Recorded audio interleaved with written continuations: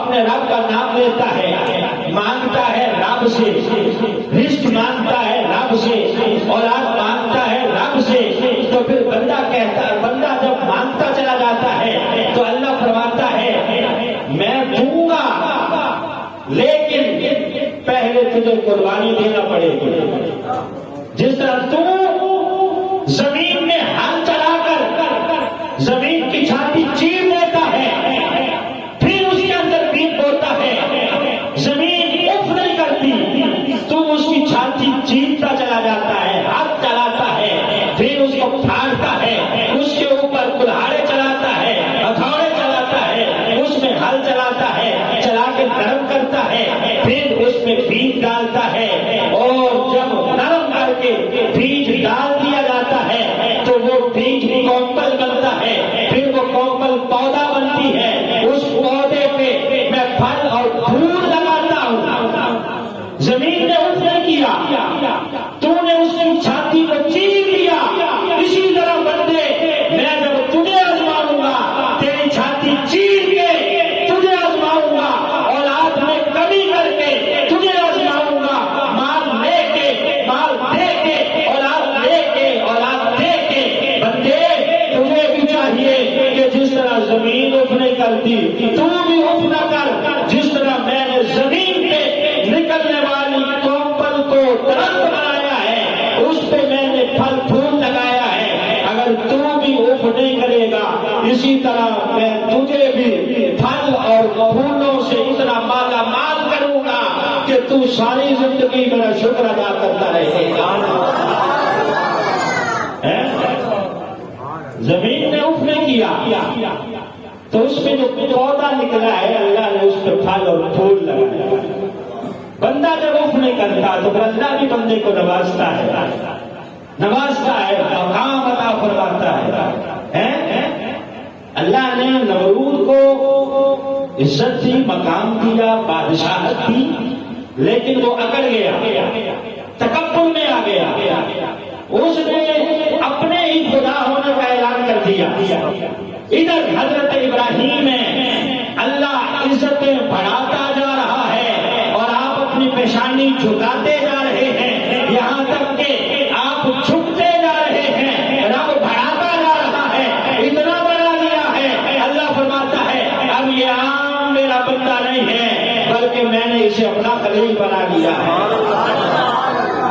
قال انی جاعلک للناس اماما، ہم نے امتحان لیا، امتحان میں کامیابیاں سمیٹی تو اللہ فرماتا ہے کہ ہم نے انہیں انسانیت کا امام بنا دیا ہے، امام بنا دیا ہے۔ تو حضرت ابراہیم آپ کے امتحانات اپنے گھر سے شروع ہوتے ہیں، گھر سے، کہ وہ چچا جو باپ بن کے پال رہا ہے، باپ بن کے پال رہا ہے، عازر ہے، بت پرست ہے، بتوں کی پوجا نہیں کرتا بلکہ بت بناتا بھی ہے، بنا کے بیچتا بھی ہے۔ حضرت ابراہیم نے جب ہوش سنبھالا ہے، گھر آئے ہیں، آپ نے جب گھروں میں سجے ہوئے مختلف قسم کے بت دیکھے، کوئی اتنا بت، کوئی اتنا، کوئی اتنا، چچا سے پوچھا کہ یا آبادی، اے میرے ابا، یہ جو ٹھکریاں سجا کے رکھی ہوئی ہیں یہ کیا ہیں؟ گھر میں یہ جو اپنے ہاتھوں سے بنا کے مورتیاں رکھی ہوئی ہیں یہ کیا ہے؟ کہا تجھے نہیں پتا یہ ہمارے خدا ہے؟ کیا کہا نعوذ باللہ کہ یہ ہمارے خدا ہے؟ حضرت ابراہیم نے کہا کہ چچا یہ کیسے خدا ہیں؟ نہ سن سکتے ہیں، نہ دیکھ سکتے ہیں، نہ بول سکتے ہیں، نہ اپنے آپ کو بچا سکتے ہیں، نہ اپنی مدد کر سکتے ہیں، نہ ہماری مدد کر سکتے ہیں۔ میں ان بتوں سے بیزار ہوں، میں اس رب کو خدا مانتا ہوں جو وحدہ لا شریک ہے، جس نے مجھے بھی پیدا کیا ہے، تجھے بھی پیدا کیا ہے۔ کہا ابراہیم ہمارے باپ دادا کے عقیدے سے تو پھر گیا ہے، باز آ جا اپنے عقیدے سے ورنہ گھر سے نکل جا، گھر سے نکل جا۔ لئن لم تنتهِ لنرجمنك واهجرني مليا. کہا اگر میں نہیں نکلتا تو کیا کرے گا؟ کہا پھر سارے شہر کے پتھر اکٹھے کر کے ابراہیم تجھے اتنے ماروں گا. قرآن کہتا ہے کہ ابراہیم کا چچا جو باپ بن کے پال رہا ہے اس نے کہا کہ اگر نہیں نکلے گا تو پتھر اتنے ماروں گا وَاهْجُرْنِي مَلِيًّا کہ مار مار کے تجھے رجم کر دوں گا، سنسار کر دوں گا، پتھر برساؤں گا. کہا اچھا اگر نہیں نکلوں گا تو پھر یہ کرے گا؟ کہا ہاں. کہا چچا پھر تجھے تیرا گھر مبارک ہو. قالوا سلاما، میرا آخری سلام قبول کر. میں اس گھر سے نکلتا ہوں، بیزاری کا اعلان کرتا ہوں. جس گھر میں رب کی توحید نہ ہو بلکہ سینکڑوں خدا سجے ہوں. کہا ابراہیم اس گھر میں رہنا پسند نہیں کرتا، بلکہ میں بیزاری کا اعلان کرتے ہوئے چچا تیرے گھر سے نکل رہا ہوں اور تجھے آخری سلام کر رہا ہوں. یہ پہلا امتحان حضرت ابراہیم کا کہ گھر چھوڑنا پڑا. گھر آپ کو پتا ہے کہ بڑا پیارا ہوتا ہے. کوئی اور ہوتا تو شاید اکڑ جاتا کہ چچا کیوں مجھے گھر سے نکال رہے ہو، میرا قصور کیا ہے، گھر سے کیوں نکال رہے ہو؟ جرم اتنا ہی ہے کہ میں اللہ کی توحید کے نغمے بلند کرتا ہوں، اللہ کی توحید کی اذانیں دیتا ہوں. کوئی لڑائی جھگڑا نہیں کیا، کسی قسم کا دنگا اور فساد نہیں کیا. کہا جس گھر میں اللہ کی توحید کی اذانیں نہ ہو بلکہ بت پرستی کی جائے اور صنم تراشی کی جائے، ابراہیم اس گھر میں رہنا پسند نہیں کرتا، بلکہ میں اس گھر کو چھوڑ کے تیرے سپرد کر کے جا رہا ہوں. اب ابراہیم نے پہلا امتحان جو اللہ نے دیا اس میں کامیابی سمجھی. گھر نہیں دیکھا بلکہ رب دیکھا. گھر چھوڑ دیا، نکل پڑے. جب آپ نکلے ہیں تو قرآن کہتا ہے فلما جن علیہ اللیل رأى کوكبا قال ھذا ربی.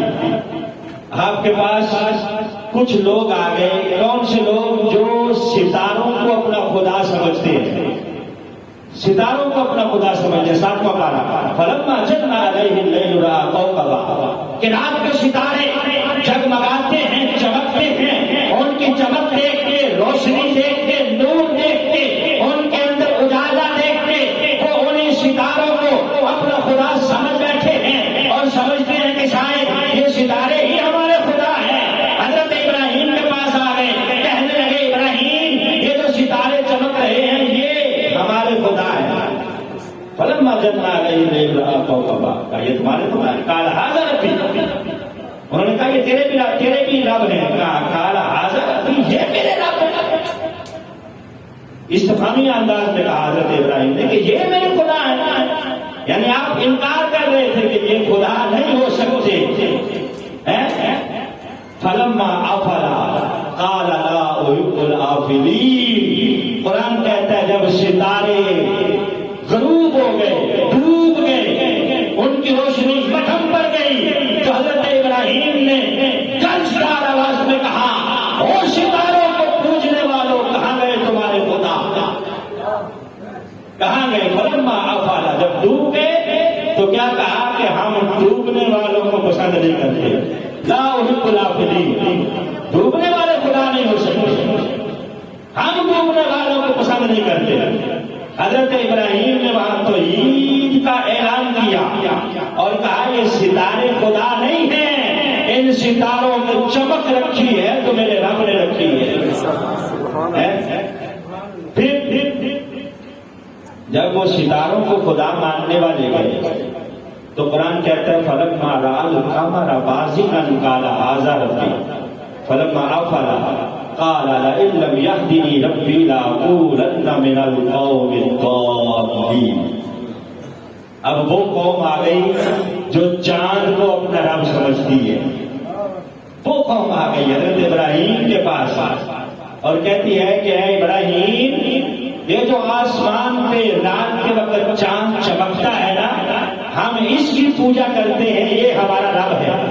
توجہ بھائی، قرآن کہتا ہے کہ جب یہ قوم آئی ہے